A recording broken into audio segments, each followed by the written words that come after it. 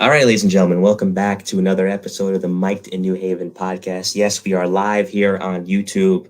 And of course, later on, you'll be hearing this wherever you get the audio version of your podcast. Like I said, episode 67. If you haven't checked out episodes 66, volumes 1, 2, and 3, please do so, as I got the chance to speak with Don Sadawi, the great bomb squad detective. He has a new book out, by the way, called Rendered Safe, Tales of an NYPD Bomb Tech, in which he talks about his great career, not just in the bomb squad, but the great life he's led overall. We talked about everything from investigating the 93 World Trade Center bombing, how he got to the bomb squad, his work as a security guard in the UN, and of course, we remembered his late colleague, Detective Claude Richards, who sadly was killed on 9/11. Yeah. So it really was a great episode. And if you haven't checked it out yet, please go do so. This episode is one I'm really excited about, and a lot of people are excited about it as well.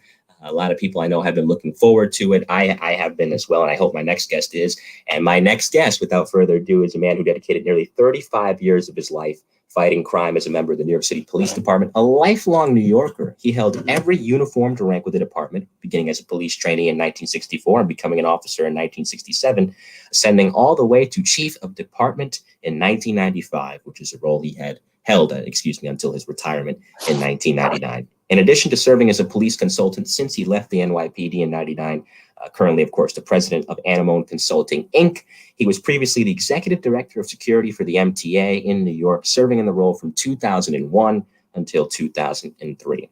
Retired chief of department, Louis Anemone, joins me now on the Mic'd in New Haven podcast. Chief, welcome. How are you? Thank you. We're doing fine. Listen, Mike, I should have mentioned this earlier. I did not hold every rank. Oh, my bad. That's my mistake. That's my mistake. Let me clear that up. I was never a detective. I never had the detective shield. Mm-hmm. And I was never an assistant chief because Bratton jumped me from deputy chief to chief of patrol. So I passed that particular rank. So those two shields I've never earned. I should have ran that by you beforehand. You see, folks, this is why I'm not a professional broadcaster. They do not pay me for this for that reason alone, and many other reasons. Clear that up anyway. But it's my pleasure to be here today. Thank you. It's a pleasure to have you. I'm glad you're here, and I know, like I said, a lot of people are really excited about this, and I am too. So we'll get right into it. First things first. Your childhood. You grew up in the Marlboro projects in Brooklyn. You described yourself as a project rat previously, and you come from a long line of sanitation workers. So take me through your early years. So my early years, although I was a project rat and all my friends and I were inclined to get in trouble, they went to the local public schools. And I was always going to parochial schools. So I would, I wasn't able to spend as much time with these bad guys as maybe I wanted. It worked out very well for me. The fact that I had to take buses across town to go to my grammar school and then take the what they used to call the Sea Beach End Line down to downtown Brooklyn, where I went to high school, St. Augustine's High School in downtown Brooklyn. So those years, though, were, they molded me. I met a lot of good people, some bad people. And that was the first time in my life, really, where I was living next door to and an apartment away from people of other ethnic backgrounds. So my first experience living next to blacks, next to Hispanics, those are those 6 years in the Marlboro projects. That's why they describe New York as a cultural melting pot, because everybody's meshed together. But it's good because, you can get exposed to things early on and get a better sense of why someone lives the way that they do. And it kind of eliminates those prejudices. So, you were introduced to the idea of becoming a policeman courtesy of your grandfather, Louis the Whip. Who worked in the sanitation industry. He didn't see you being cut out for college. He recommended the police exam because he read The Chief, which is a civil service newspaper in New York City. So, you're on record as saying you spent a lot of your childhood originally running away from the police. So when he suggested that idea to you, were you as keen on the idea of becoming a police officer as he was? So from my perspective, I was hoping it was going to be a summer job. I took the test in January 1964. I was already in Brooklyn College, but having too much fun and not spending enough time on my studies. So I thought that everything I read in The Chief indicated they were going to be hiring by June. But I didn't pass the medical in June. So I spent the summer not working at the NYPD. And then when they called in December '64 to fill in people who I guess quit after the summer, I took the job then because I wasn't doing well in college. I really was lost there. I was having way too much fun with the fraternity. It was time to settle down. You know, and bear down and start the Really start the ascent towards becoming a police officer. So, I mean, you're coming on the job in the 1960s, and the 60s in America and the 70s too was a really turbulent time, especially in New York City. I mean, the 60s and 70s were quite violent for a variety of reasons, and then there was the threat of radical groups as well. I mean, you had the Black Liberation Army, the Black Panthers, the FALN, which was keen on, if they weren't assassinating cops, they were planting bombs throughout the city. And of course, you had your common crimes, your street crimes. So coming out at that point as a young guy, how daunting was that? Well, it wasn't really, because you don't know what you don't know. As a young 21-year-old, my time spent as a police trainee was prior to my turning 21. Mm-hmm. When I turned 21 in March of '67, I had seen and certainly read the newspapers and saw the news broadcasts about what was going on in the city, but it never really affected me directly. Now I became a cop. I'm 21, and all I know is my little area of Coney Island where I was working. Mm-hmm. I wasn't all that aware of the larger issues, facing the city, facing the country, really, at that time. Although I spent time working some of those demonstrations, the hard hat demonstrations, the anti-war demonstrations. I was there for some of those. And we'll talk about your expertise on disorder control, certainly later on in the podcast as we progress towards that. So anytime you're coming on, especially in New York as a fireman or as a police officer, the senior man or the senior woman, you never know, is certainly somebody that you want to rely on, because they obviously have seen the most and they can show you the ropes, either directly or indirectly. Sometimes you could just learn by never even asking them, but just by watching them do what they do. So when you were coming on, who was the senior man that really helped, or men that helped you in your early years? So coming on to into the police department. So I worked in the 6-0, which was Coney Island. I spent my first 3 years as a sworn police officer at the 6-0 precinct in Coney Island. So the department was very, very different, Mike, from what it is today. Right. So we were about 25,000 strong. So while I was chief of department, we had 40,000. So, that there's a little bit of a difference there. When I walked into the 6-0 for my first tour of duty, there were about 35 or 40 police officers turning out on the 4 to 12 platoon. I was the youngest member of the platoon, and there were maybe 7 or 8 who had a year or so on me. Everyone else was 15, 20, 25, 30-year veterans. They became policemen. They walked the beat. Some of them later on ended up in a radio car driving the car, but for the most part, we were out there walking. Everyone in uniform. We weren't as specialized as we became over the years. So you're right. You learn from talking to some of them if they wanted to talk to you, or if you got an opportunity to ride in the car with them. Then you see how they responded to different episodes, whether it was an aided case or a burglary in progress, a shooting or knifing. And you learn that way. I was always a little shy to ask the direct questions, so I kept my mouth shut and my eyes and ears open, and I watched and I saw how the guys handled the job. We're talking with retired NYPD Chief of Department Louis Anemone here on the Mike Dunam podcast. More with Chief Anemone in just a second, but first a shout out, I should say, to our live chat. Michael McAuliffe is here. He says a great guest. I agree. Lieutenant Peter Pranzo, one of the more decorated lieutenants in the history of the NYPD, somebody who will be coming on the show himself as well pretty soon. He says, tuned in, say hi to Chief Louis, the best. And also retired NYPD detective first grade, Miss Homicide, Irma Rivera is here. And she says, hi, Mike. Hi, Irma. Thank you for tuning in. I appreciate that. So back to my chat with you here. I kind of talked about it. I mean, yeah, you were aware of the area that you were in. And of course, we talked about kind of the ascending crime rate.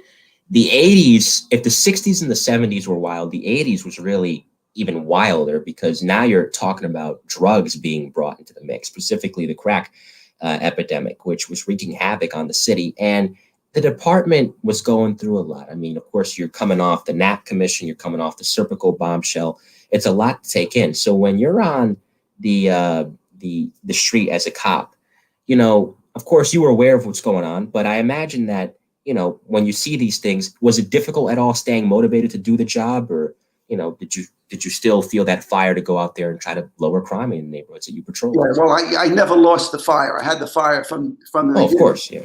But what I will, tell you personally was I felt ashamed at times, because you would see a story, maybe Philip was being interviewed or something, or testifying to the Knapp Commission. It was all over the newspapers, all over the TV. And then you'd notice people look at you a little differently, thinking, you're the same as him. Well, that wasn't the case.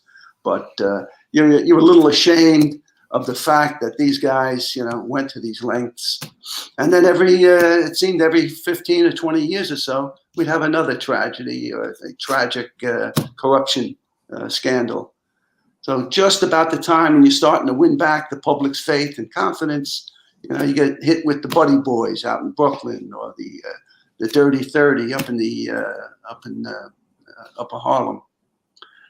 So it takes a lot out of people. It really does. But you got to have the inner fire, because this is the wrong job to go to look for people to say thank you. Hey, that's a great job you're doing. We really appreciate it. It doesn't happen, as often as it should. When you think about the hard work the men and women are doing every day, day to day out there. And whether it was the 60s, they had their challenges. The 70s had certainly, the 80s, 90s, the current decades. Sometimes the challenges are changing, but it's always got to be fixed and handled by the guy and gal out on the street.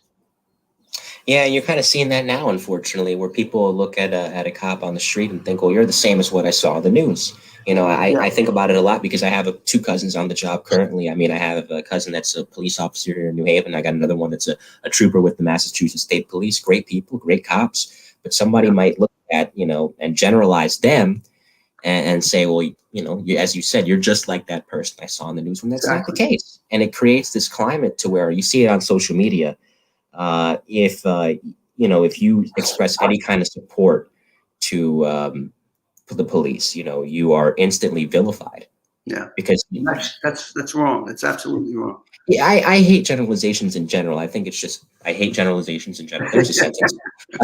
Because I just think it's a terrible way to think. You have to really learn how to think for yourself, and the way that you do that is by interacting with these folks one-on-one. So anyway, cops, I've always asked this question to any person I've gotten on the show. Cops have a lot of close calls, and I'm sure you had your fair share during the course of your career when you were out on the street, and maybe even once you got into the chief's role, and we'll talk about that as we go along, becoming an inspector and then later a chief. But particularly in those early years out on the street, what are the encounters that when you look back, you say to yourself, I'm glad I didn't get hurt? Yeah. Well, I think just about any cop who's been a street cop can give you an example of that. I'll give you a quick one. When I was a lieutenant, I was in the street crime unit. I was the commander of Taxi Squad 1. So we were one person shy on this particular night. We're doing 6 p.m. to 2 a.m.s. It's the late spring, early summer. This is in 1982. I drove myself that night. I didn't have a chauffeur. And we're working up in the 3-4 and the 3. So that's Washington Heights, Inwoods area of Manhattan. The cocaine center, really, for the distribution of cocaine in the city at the time. I picked out a car that looked suspicious. He went down a block, 163rd Street, which we knew was a hot spot. It's a livery car, so we're out there to make sure the livery drivers and taxi drivers aren't shot, aren't robbed. Somebody gets out of the car, goes into a building, jumps back in, the livery cab takes off. There's 3 or 4 guys in the car. So I stopped them, because now they're heading towards the Bronx. They're going to be going over the McCombs Dam Bridge towards Yankee Stadium. I stopped the car. I put it over the radio that I'm stopping the car. And Mike, as I approached, and now I'm talking to the driver, I'm watching the three guys in the back seat, talking to the driver, and trying just to keep everybody cool, not to make a big deal of it. But I'm waiting for someone to acknowledge the fact that I stopped this car and that I'm looking for a little help. And somebody does. Another one of my teams comes from 2 or 3 precincts away. They respond. Now we have a better discussion with the driver. He was afraid of these guys. He didn't know what was going on. We emptied the car, and 2 of these guys had guns on them. Wow. So the hair on the back of my neck, as I was talking with these guys and waiting, was standing up. I knew this was a bad situation I was in, and I wanted to just put everybody at ease until I saw another, cop on the scene here with me. So that's a quick one. Nobody got hurt. We got the guns. We got the 3 guys. But to this day, I thank Danny Cavallo and Cliff Hannay for their quick response to that. Well, to those gentlemen, if they're watching, thank you. Because, they, like I said, a lot of close calls, and how many cops have gotten hurt or killed in situations like that. There's one.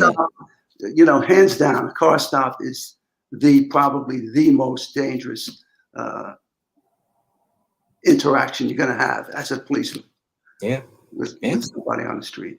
That's true. And we'll talk about one cop later who was killed that way, and you probably know who I'm talking about. She was a street crime cop. I'll mention him a little bit later. Again, shout out to the live chat. Bill Cannon from Police Off the Cuff is here. He says, hi to both of us. He says, you were his first CO. Yeah, he remembers you well. And this from Irma Rivera, who I mentioned earlier. She says the following: when I was a rookie, I remember seeing his name written in graffiti in the 3-2. The perks hated him. So hey, listen, if they're going to hate you, that means you're doing your job, right? I mean, true that. So, man, that is pretty interesting. You mentioned, of course, drugs being a problem, and you were in the 3-2 for a while. I mean, Irma just mentioned that. Of course, you were a sergeant there for a period of time, I believe, if I'm not mistaken. So, when you're supervising it's interesting being a boss. And I kind of talked about this with Bill Cannon when he was on a few months ago. You're worried about your own safety, obviously, as a cop to an extent, because, of course, if you have a partner, that him too or her too, but you kind of look out for each other as much. But when you're a boss, now you have to worry about a crew of other officers. And so, as a boss in a neighborhood like that, what, in your opinion, makes an effective boss, particularly under times of great distress in which not just your safety, but the safety of those officers serving under you are on the line? That's a great question, Mike. So during the 70s is when I was assigned to the 3-2 precinct as a sergeant, as a rookie sergeant, June of 73 to November of 77. I was there 2 weeks when Ralph Stanchi was shot and killed, responding to a man with a gun call in the Capri Bar in June of 1973, right across the street from Harlem Hospital. He was dead before he hit the floor. And, just one of these things. He didn't fire his weapon. He kept telling the guy to put the gun down. The guy's pointing the gun at him. And, the other guy fired. So, that was my first time where somebody that worked in the precinct where I was assigned, died in the line of duty. So it had an effect on me. It wasn't the last time. Bruce Anderson also died in the 3-2 while I was working the shift with him. He was in my squad.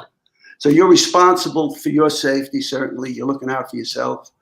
Your chauffeur, you're looking out for their safety. But those people in your squad, you're 7 or 8 or 9 of them, however many you have in that squad, you're responsible for keeping them alive, right? You're responsible as a good leader, teaching them anything anything you may have learned along the way, that'll help keep them alive. Beyond that, you want them to learn how to interact with people so that might help keep them alive down the road or save their job from a bad civilian complaint. These are all the things you want to, look out for. At the same time, you got to make sure that your people aren't themselves running themselves down or doing dangerous things, maybe drugs, maybe alcohol to excess. You got that in the back of your mind too. So you try to get to know them really well, and you're going to show them that you're not going to ask them to do anything you haven't done or that you're not willing to do yourself. And for me, as a police supervisor, it was time in the street. You have to be out there in the street. And you're not there to check up on them. You're out there to work along with them, to share the work. You show up at a job, you're not there to criticize. You're there to get them through that job safely. Right. Teach. Definitely. Every moment, every day should be a teaching moment for any supervisor in the NYPD. I think any supervisor in any position, you should always take that time. And somebody mentioned this too. I don't know if it was to me, but or if it was to somebody else, I can't recall. But the late chief of department of the FDNY, Peter Gansey, who was sadly killed on 9/11, he operated the same way. I mean, sometimes I remember a story about him, now that you mentioned that, to where at a fire, he was digging through the rubble looking for some missing men. This was the Father's Day fire in 2001. Yeah. And his aide looks at him and says, "Chief, you shouldn't be doing that. You can get hurt." But he would have none of it because, again, he wouldn't do something. He wouldn't command his men to do something that he himself wouldn't do. I knew Pete was a good guy. It's a terrible loss. Yeah, very terrible loss. But his story came to mind when you mentioned that. And, you mentioned, of course, how to interact with people. Community policing is something that you hear a lot about now. And the NYPD, particularly under O'Neill, and I asked him about this when he came on the show a couple of years ago when he was still the sitting commissioner, was something that they really tried to expand upon. It's kind of hard to do it now in the current climate, especially with the pandemic. But, when you're trying to effect a takeover of a violent neighborhood and you're trying to get it back from bad people like drug dealers, gun dealers, whatever the case may be, interaction with the community is important. So I got to ask you, what is your take on community policing and how it could be implemented post-pandemic? Yeah, well, so it's all in the definition, Mike. What you call community policing, someone else might call neighborhood policing. Someone else might call it, something else. I thought we were doing community policing back in the 90s when I was chief. We didn't call it that, but we made it, in effect, a community policing operation. What do I mean? 76 precinct commanders were charged with answering their community complaints, reducing violent crime, improving the quality of life in the neighborhood, and reducing the fear of crime. What I was doing at headquarters was just asking them those questions at CompStat meetings. How are you doing? How are you managing that? How are we doing, handling that? I let them determine their resource deployment, but if it wasn't matching up with the issues that they were having, then that was a question they had to answer to my satisfaction.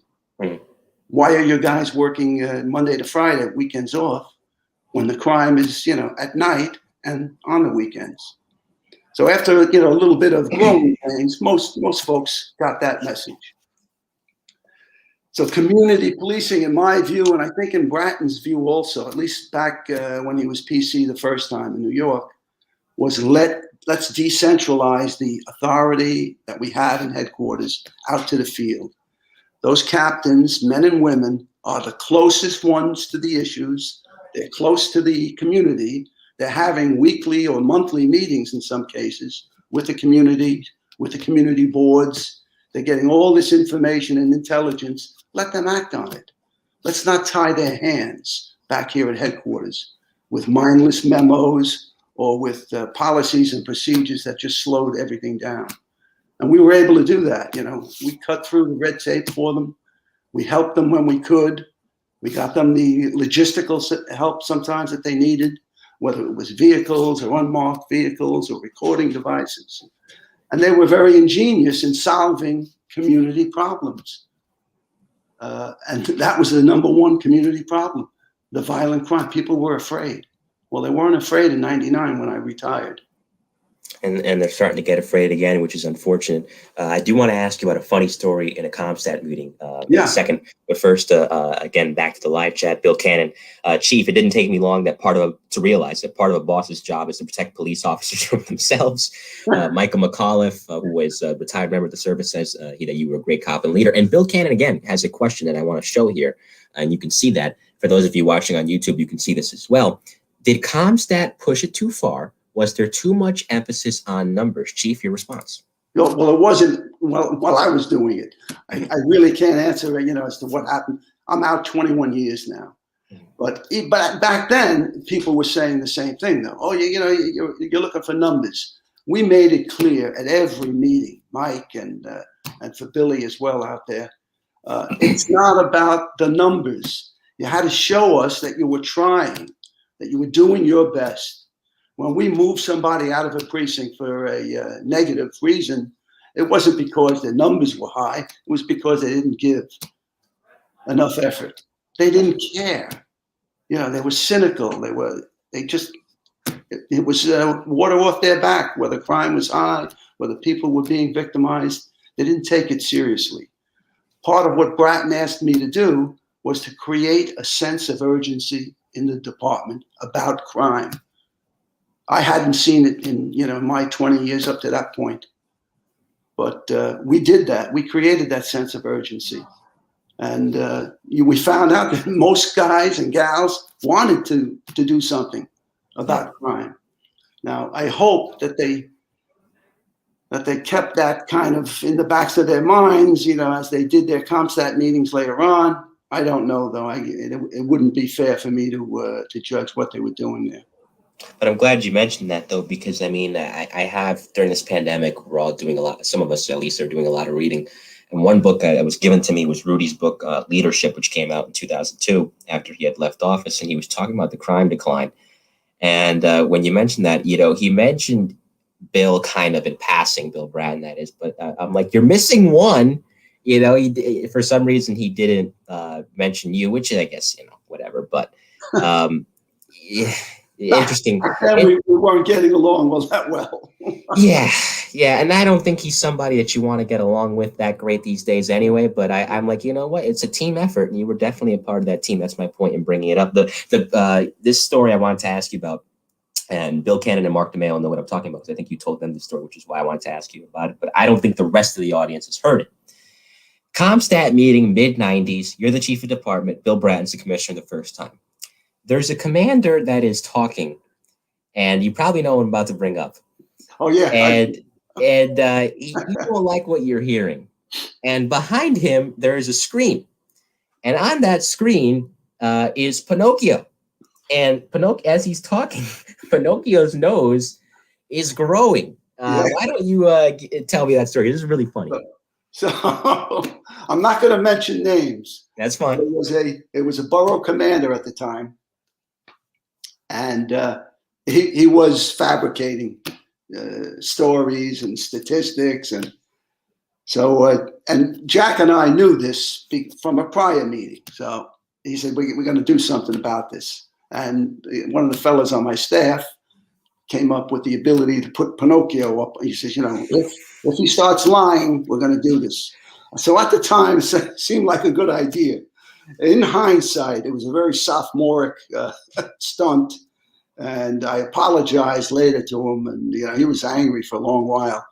And I guess maybe a year or so later, he became my boss. He was the first deputy commissioner. I think I'm not going to say his name either, but I have a feeling I know who you're mentioning. I could be wrong, but I think I know who you're talking about. So one of the hallmarks of your wait, let me just tie this all together. So a famous criminologist, sociologist was in the audience, Kelling, Professor Kelling at the time. So when the meeting ended, he went right up to Bratton's office and told him what he saw. 5 minutes later, Jack and I were in front of Bratton. He went up one side of us and down the other. He said Kelling was writing a book, and I think he ended up putting a little reference to this in the book. But yeah, we never did it again. No. I mean, listen, it was sophomore, but hopefully it inspired the guy to try to lower the crime where he was the commanding officer. Maybe it did. Lieutenant Pranzo says aggressive patrol techniques will automatically bring forth positive numbers in crime reduction. And he would know. 21 years on the job, of course, 68 to 89. And like I said, Lieutenant Pranzo, I don't have a date yet, but he'll be here soon. We're talking with retired NYPD Chief of Department Louis Anemone here on episode 67 of the Mike in New Haven podcast. So I do want to mention this, accelerating ahead to 1991, Crown Heights. I'll set the stage, and then you can take it from here. One of the hallmarks of your career, of course, is disorder control, and specifically riots. And you were an inspector when Crown Heights unfolded. So first, for those of my audience that does not know what the Crown Heights riots were, that are not, because not everybody listens to this as a retired member of the service, tell them first what it was and how you responded to it. Okay. So there was a police escort of a Hasidic rabbi going somewhere in Brooklyn, in Crown Heights, and the rabbi's car struck and killed a young black child who lived in the neighborhood. Hatzola ambulances responded, and some people say, they neglected the Gavin Cato, the young boy, and they took care of the Hasidic people who were injured in the accident. In any event, the city was hot at that time. Racial tensions were as bad as they were in the 60s or the 70s. This was 1991, I believe. Mm-hmm. Mayor Dinkins was the mayor. And what you had in effect over there was, over the next 3 nights, you had a series of disturbances that grew into riots. You had a Hasidic student knifed to death on one of those nights. But for each of the nights, the things were getting worse. And, finally, I think after the 3rd night, Dinkins and his police commissioner at the time, Brown, were actually, there were bottles and thrown at them while they were trying to speak to a community meeting or something in Crown Heights. They left. They ran away and left. The following day, a hand-picked group of us were asked to respond to the Brooklyn South headquarters, and we were given the assignment to replace the commanders out there in Crown Heights. We replaced every single one of them. I had my spot right at the President and Union, the site of the accident. I had about 200 cops with me. And from that night, I just spoke to the groups, and I told them in no uncertain terms, listen, we'll let you march, but we're not going to tolerate any violation of the law. Each violation of the law is going to be, going to result in an arrest. And that's what I did. All that night into the early morning hours. I don't know if we made 20 or 30 arrests. That's all it took. And for the most part, that was the end of the Crown Heights riots. So this was day 4. The last thing that happened on day 3 was they actually shotgunned a number of cops from the Bronx who were working down there. Somebody had a shotgun. 8 cops were hit with the buckshot. So it was getting crazier and crazier every night. And, the department was not responding. So I did my part. We had a couple of other guys at different spots who were doing their part. It was a very aggressive, proactive approach to law breaking. And then, of course, came Washington Heights a year later, and I'll set the stage for that in 1992. My brother-in-law is actually from Washington Heights, so it's interesting. Shout out to you, Victor. But what happened in 92 was Mike O'Keefe, detective, who one of the more decorated cops in the history of the NYPD. I don't know if he was a detective at the time. He might have been still an officer. Yeah, he was a police officer, anti-crime. Yeah, and he gets into a gun battle with Kiko Garcia, and he fires and kills Kiko Garcia, who was a drug dealer in the neighborhood. Then, for some reason, the neighborhood got mad about that and decided it was a good idea to start rioting.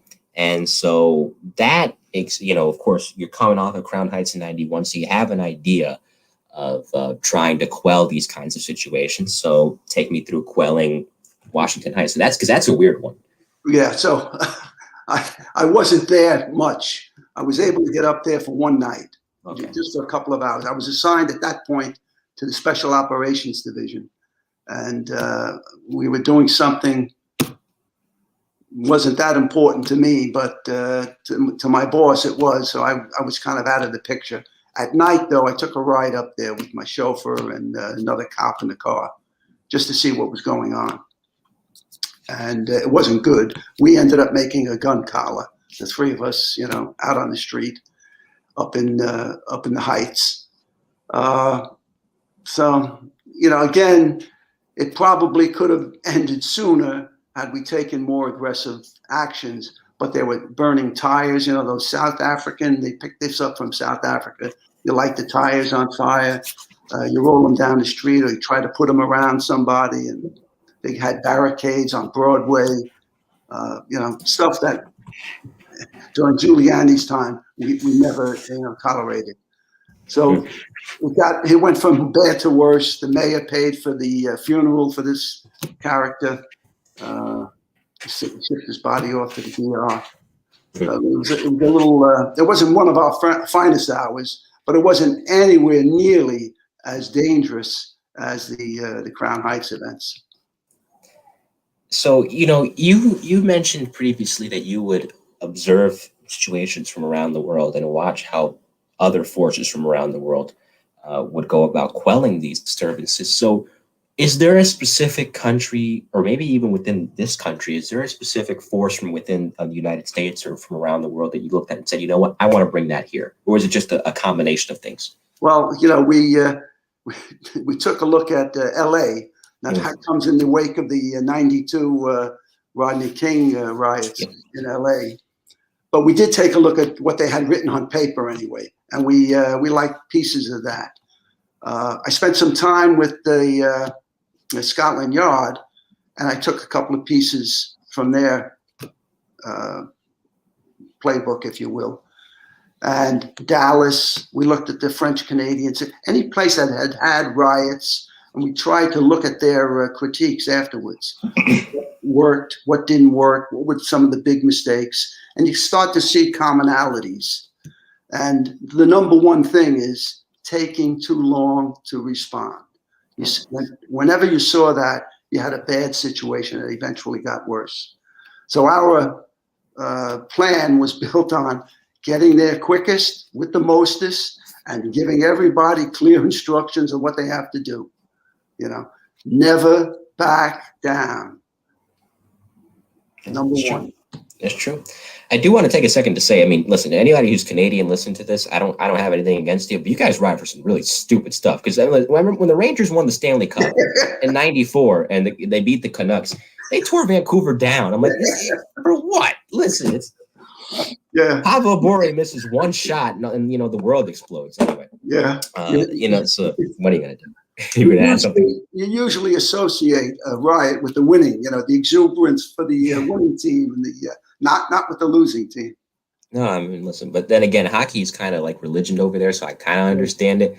But I'm like, Lord, Lord Almighty, that was kind of something. So we talked about Bill Bratton earlier, and this is really interesting because 1994 is when he comes in for what would be his first go around as NYPD commissioner from '94 until he left in '96, and a certain somebody came in afterwards, who we'll talk about in a bit. So with him is Jack Mabel, of course, who passed away in August of 2001 at the age of 49 from, I believe, stomach cancer, unfortunately. And, this is when CompStat comes into play. And Bill, CompStat, if I can speak English, that would be wonderful, had come into play earlier because when Bill was the chief of the transit police, which at the time was a separate entity from the NYPD, he brought CompStat there, and that helped lower crime in the New York City subways. So now it's going to be used on a broader scale. We're talking about using it citywide. So when he comes to you at the time, you're not chief of department yet. That wouldn't happen until '95, but you're still pretty high up. And they want to implement it.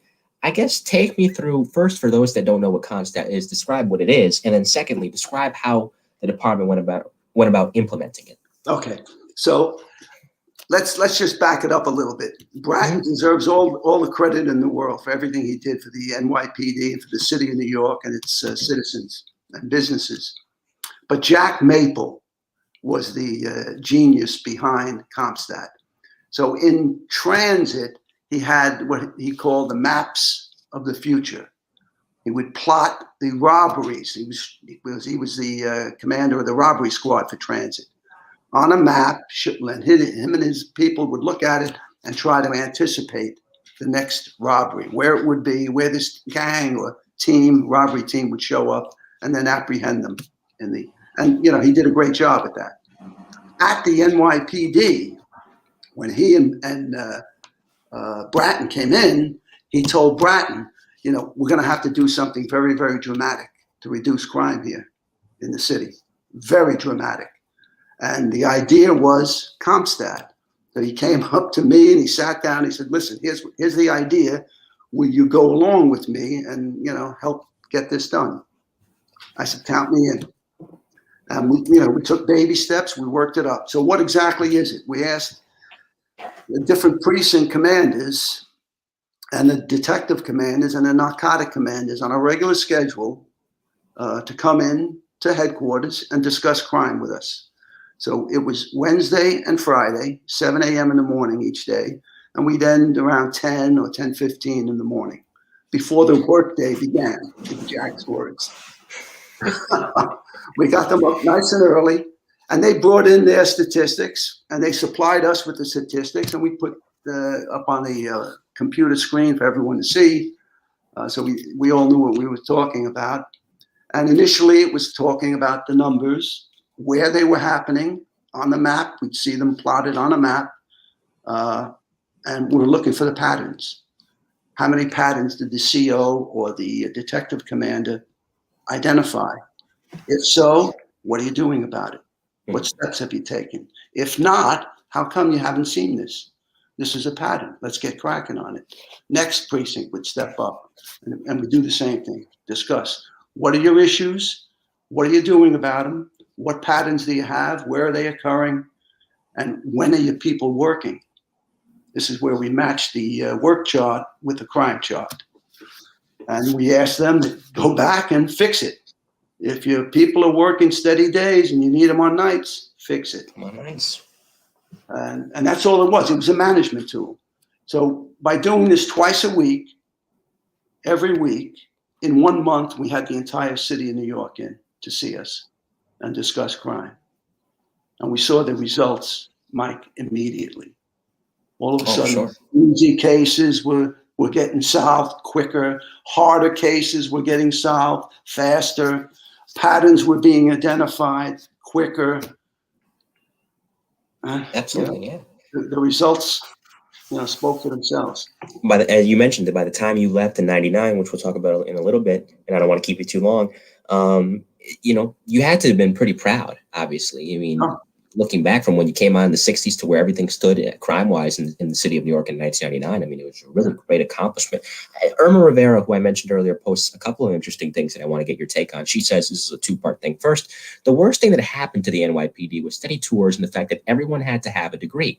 You can get better quality cops who may not necessarily be good students. And she adds, not everyone is book smart, but can be street smart. Academia doesn't make you a good cop. Some people take this job as a job, not because they have a passion of necessarily being a good cop. That, of course, from retired first grade detective Irma Rivera. What's your thoughts on that?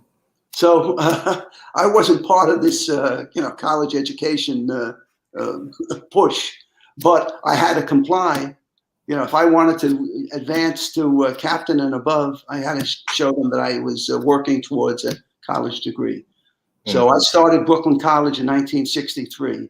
I got my BA degree in 1989. I thought I had the record for the longest from start to finish. But it didn't hurt me. It didn't. I don't know that it helped me, become a good cop or a better cop. Better late than never.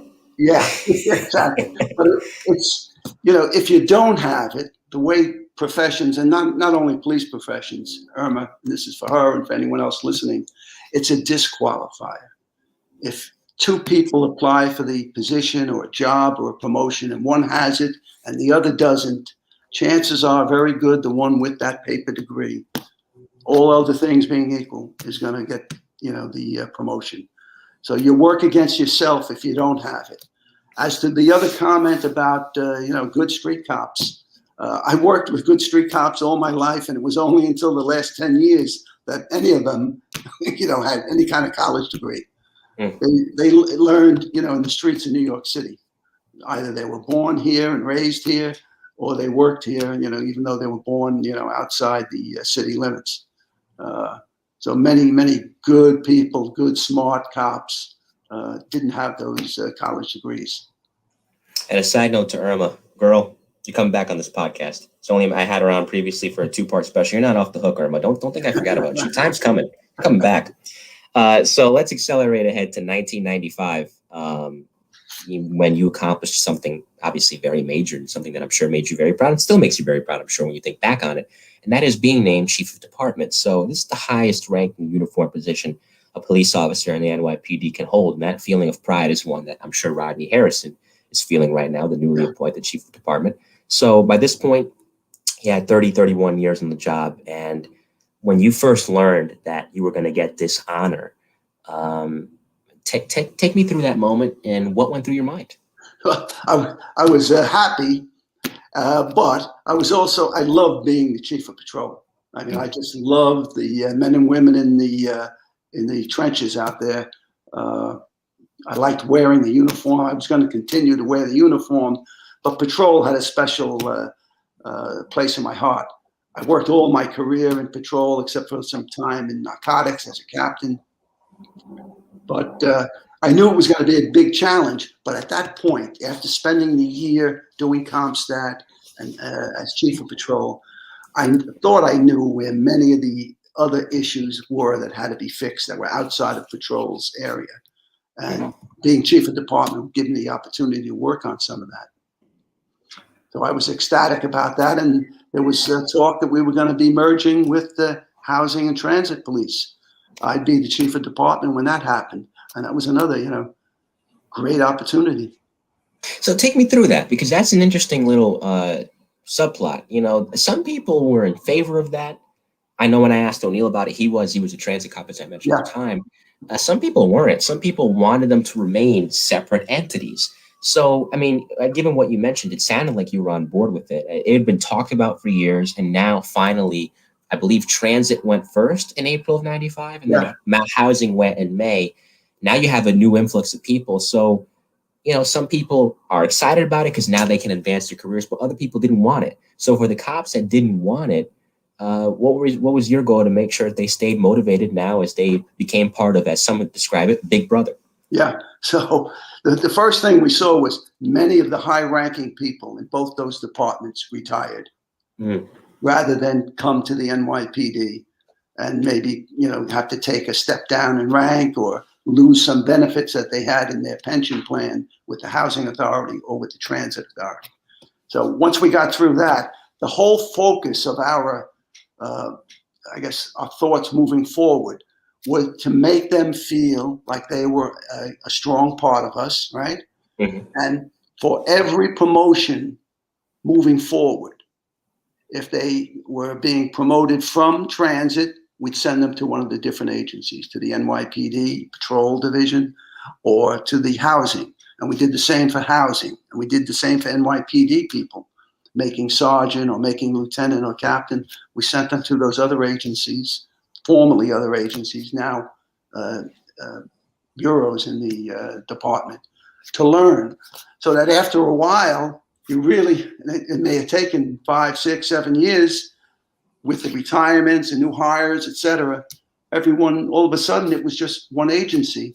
And you had Jimmy O'Neill, a former transit cop, becoming police commissioner of the NYPD. It was amazing to see. I think in hindsight, this is listen, I didn't come onto this planet until 2000. I don't mean to make you feel old in saying that, but from an outsider's perspective and looking back on it and reading on it, I mean, of course, I respect the perspectives of those who weren't in favor of it, but I think it was a good move. I mean, I think it's been beneficial because, I mean, Mike, for the cops in housing and transit, it opened up vistas of promotion and advancement and just job enrichment that they never had before. Right. They wanted maybe to be a motorcycle cop or a mounted cop or a street anti-crime cop All of that was opened up. Emergency service cop. We opened up all those doors to them. So that it was great for them. But for us, think about the idea that you have one city, and at the time we were still battling violent crime. It didn't make any sense to us to have three different chiefs determining deployment issues, a housing authority police, a transit police, a patrol chief in the NYPD. Have them all report to one person. Right. For Makes sense. And let's coordinate all those actions. And that Great. coordination worked wonders. What did you mention earlier? Cutting through that red tape. Yeah. And that's what the merger allowed the department to do. So as chief of department, of course, which you served in from 95 to 99, you were there. I mean, we talked about when cops kind of get out of the line, unfortunately, some, not all, of course. You were there for some rough moments in the city's history. I mean, there was the torture of Louima in 97. There was the Diallo shooting in 99. And then, of course, there's those awful calls you get at 1PP whenever an officer gets hurt or worse yet gets killed. And the officers that died when you were chief of department, David Willis, Kevin Gillespie, who was the street crime cop I was referring to earlier, Vinny Giudice, Charles Otto, Federico Narvaez, Brian Jones, Charlie Davis, Anthony Sanchez, Sean Carrington, Anthony Mosamillo, Gerard Carter, and lastly, Matt Dziergowski, all of whom were killed in separate incidents between 95 and 99. Some auto accidents. Vinny suffered a cut to his leg that proved to be fatal during a domestic violence incident. Matt Dziergowski saved 3 officers' lives. He put his car in front of an oncoming drunk driver and saved their lives, but at the cost of his own. So whenever these incidents would unfold, what was the general plan of response at 1PP during your time there?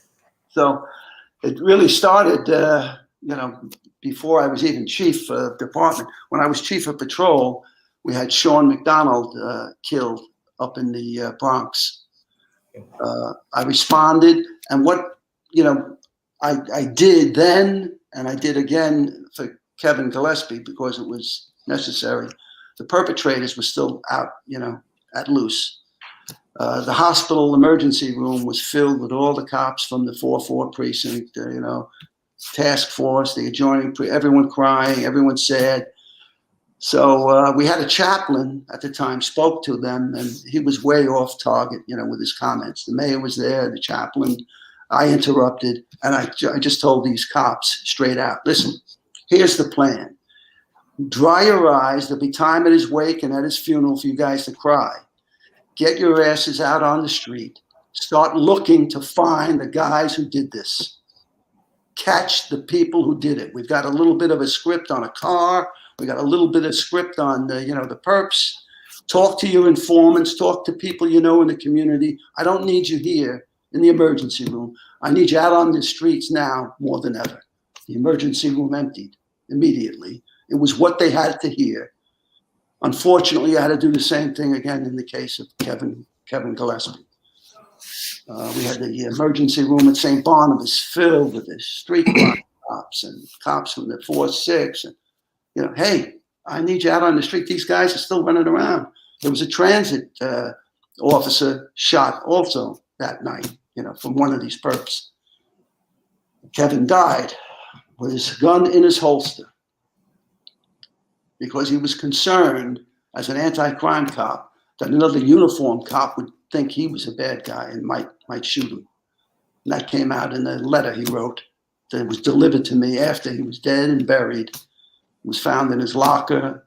They gave it to his wife. She said, no, I helped him write it. He wanted the chief to have it. And for those of you that don't know, who don't recall that incident, maybe you didn't live in New York, maybe you were too young, or maybe you're not from law enforcement. The cops that we were just talking about, Sean McDonald was a young cop. He had less than 2 years on the job in March of 1994. He's trying to frisk 2 suspected robbers outside a store in the Bronx.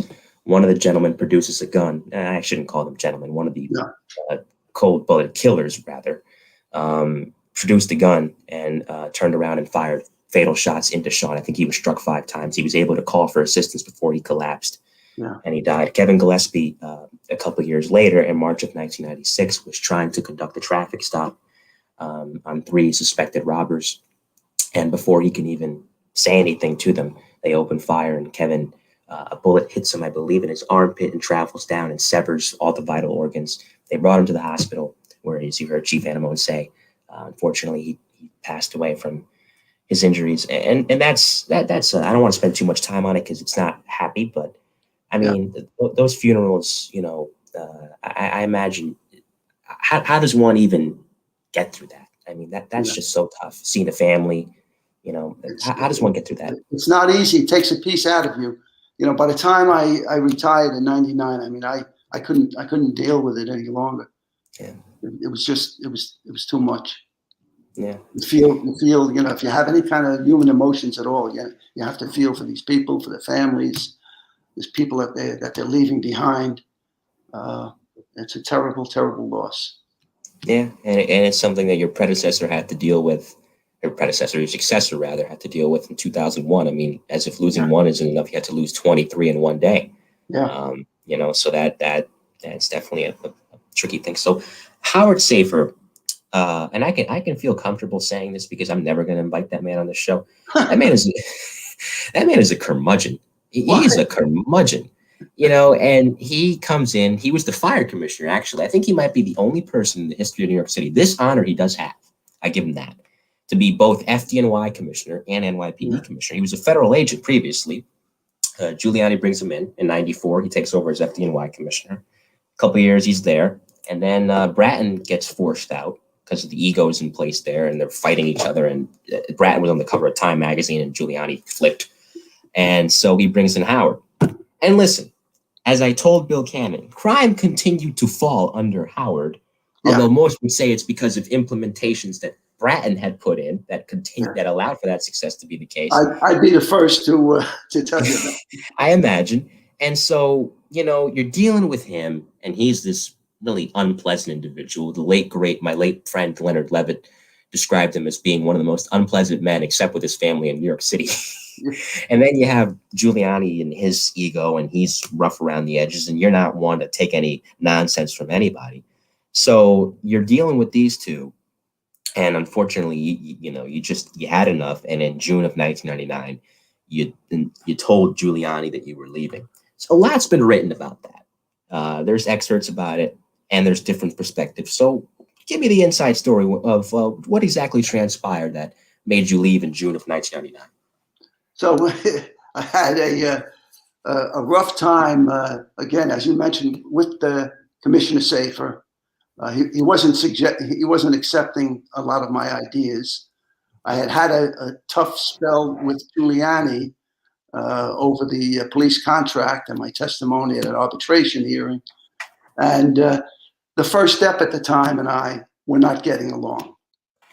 So I started to get very frustrated, and you start cursing and you start building up anger and hate. I came home one day and I told my wife, listen, if I stay another week, another month, 6 months, I may end up pushing one of these guys, out the window at police headquarters. I'm going to lose my pension because, I can't take it anymore. We're not on the same page. So I retired. I announced my retirement. But I went directly to City Hall, spoke to his secretary, said I want to see the mayor. And he had me come right in, told him, Mr. Mayor, it's not working out, with Commissioner Safir. I says, I've had enough. I think I'm going to retire. He says, thank you, Lou. Thanks for all your help. And out the door I went. So in the back of my head, I said, he's probably thinking that it's a good time because we were still under the Diallo protest, and there was a lot of that going on. I was arguing with Safir about the anti-crime, the street crime unit, etc. So it turned out to be a blessing for them. They were able to get rid of me, maybe blame Diallo on me, the swift expansion of the street crime unit. I don't even want to get into it. It's too much time right now. But in any event, it was I let off a lot of steam, and that last 30 days went so quickly. I had nothing but good memories of the NYPD, the men and women I worked with and worked for. Had an excellent career there. Oh, for sure. I think many would agree. A couple more questions and I'll get you out of here because we're coming up at an hour and I appreciate you being so generous with your time. Sure. You were for a period, as I mentioned when I was introducing you, the MTA security executive. So when you took the job, this is November of '01, the ruins of the World Trade Center are still smoldering. You know, there's still so many people that they hadn't found yet, firemen, police officers, and New York City is shaken. They're scared, understandably. They're trying to adjust to this new normal. The subway, people are worried about that, amongst many other things. And security is of the essence, more so now than ever, or, after what had happened a couple months prior. So you take this job. So that being said, in addition to worrying about making sure crime, which had declined in the subway greatly, stayed down, now you have to worry about counterterrorism. So when you took the job, first, take me through when they offered you the job, your mindset and rather not you take it. And of course, implementations that you ruled out upon taking the job to make sure that neither common criminals nor terrorists could impact the New York City subway. Yeah.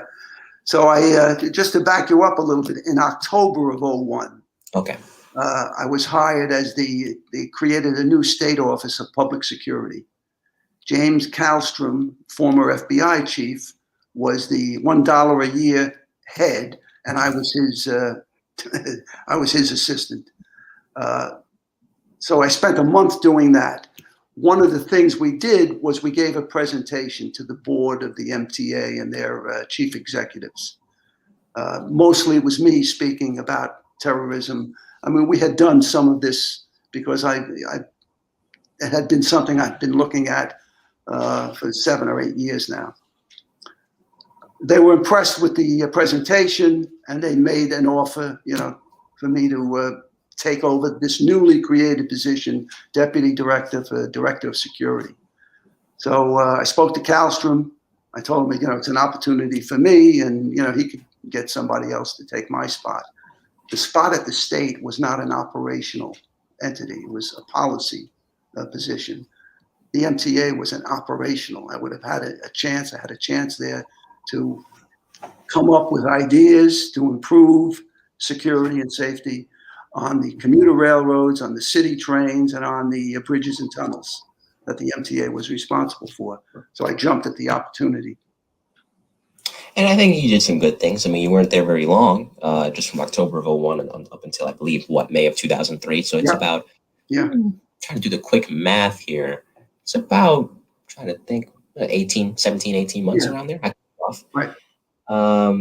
So yeah, but hey, the subway security, it's coming up again now because some things going on in the subway, but hopefully crime can go back down and people can take a ride in peace. Since you've been running it upon your retirement from the NYPD, your consulting firm, which has produced some interesting experiences, I'm sure. Is there any one experience that sticks out? Yeah. Well, I had I don't know, about 12 weeks down in Santiago, Chile, which was amazing, working with the Carabineros de Chile, the state police in the capital city there in Santiago. So that was great. And then I've been in Monterrey, Mexico, working again with the state police to try to give them a version of CompStat that would address their concerns. And then, just nationally, when Bratton was the chief in LA, I worked on his CompStat program out there in 2003. In LA, I've been to Baltimore when Eddie Norris was the police commissioner, working with him on security just after 9/11. Mike Burko in Savannah, Kathy O'Toole in Boston, Cincinnati, any place that has crime. I'm usually a guy that they want to speak to. Before we get to the concluding segment of this podcast, I tried to get Bill Bratton on the show twice. So by chance, Commissioner, if you are watching this, I know you're a friend of Lou's. Hey, he's here. You know what? Hey, same thing. Come on down, pal. Come on down. You want to. You want to. Shout out to Commissioner Bratton. I hope I can get him on someday. We'll see. So it is now time, because I've kept you long enough, and I appreciate, again, you being here. And I appreciate everyone here in the live chat. I'll give one last shout out to them in a moment. It is now time for a segment of this podcast called Rapid Fire. 5 hit and run questions from me and 5 answers from you. Are you ready? Yes. All right, so let's do it. First, funniest call you ever responded to. The funniest call. Jeez. Skip. Okay. Skip. All right. That's fine. You can do that. Second, funniest colleague you ever worked with. Oh, wow. It would have to be Sergeant John Condon. Okay. Shout out to Sergeant Condon.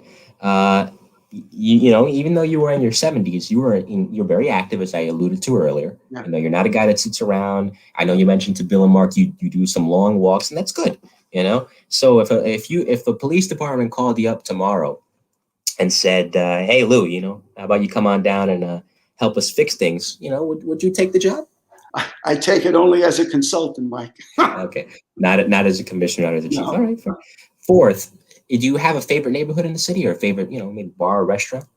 Well, the restaurant would be La Macerea in the theater district on West 48th Street. Mm-hmm. It was something else years ago, a different one, but they closed. They lost their lease. So La Macerea is number one. And the neighborhood would have to be, you know, the old neighborhood in Brooklyn, Bath Beach, Bensonhurst, Gravesend, kind of special place for me. There is a certain, I'll mention him to you off the air. He's not a cop. There is a certain somebody that grew up in Gravesend, and if you're a Mets fan, so you kind of know who I'm talking about. You know, went on to have a great career as a reliever with the Mets, and I'm trying to get on this podcast, and hopefully he can be here soon. Johnny Franco. Yes, there you go. Hopefully he can come on soon, and you know that would be a great episode. So, last question, fifth and finally, you had a lot of great experiences, and you know you saw a lot during your career. 3 decades in New York City.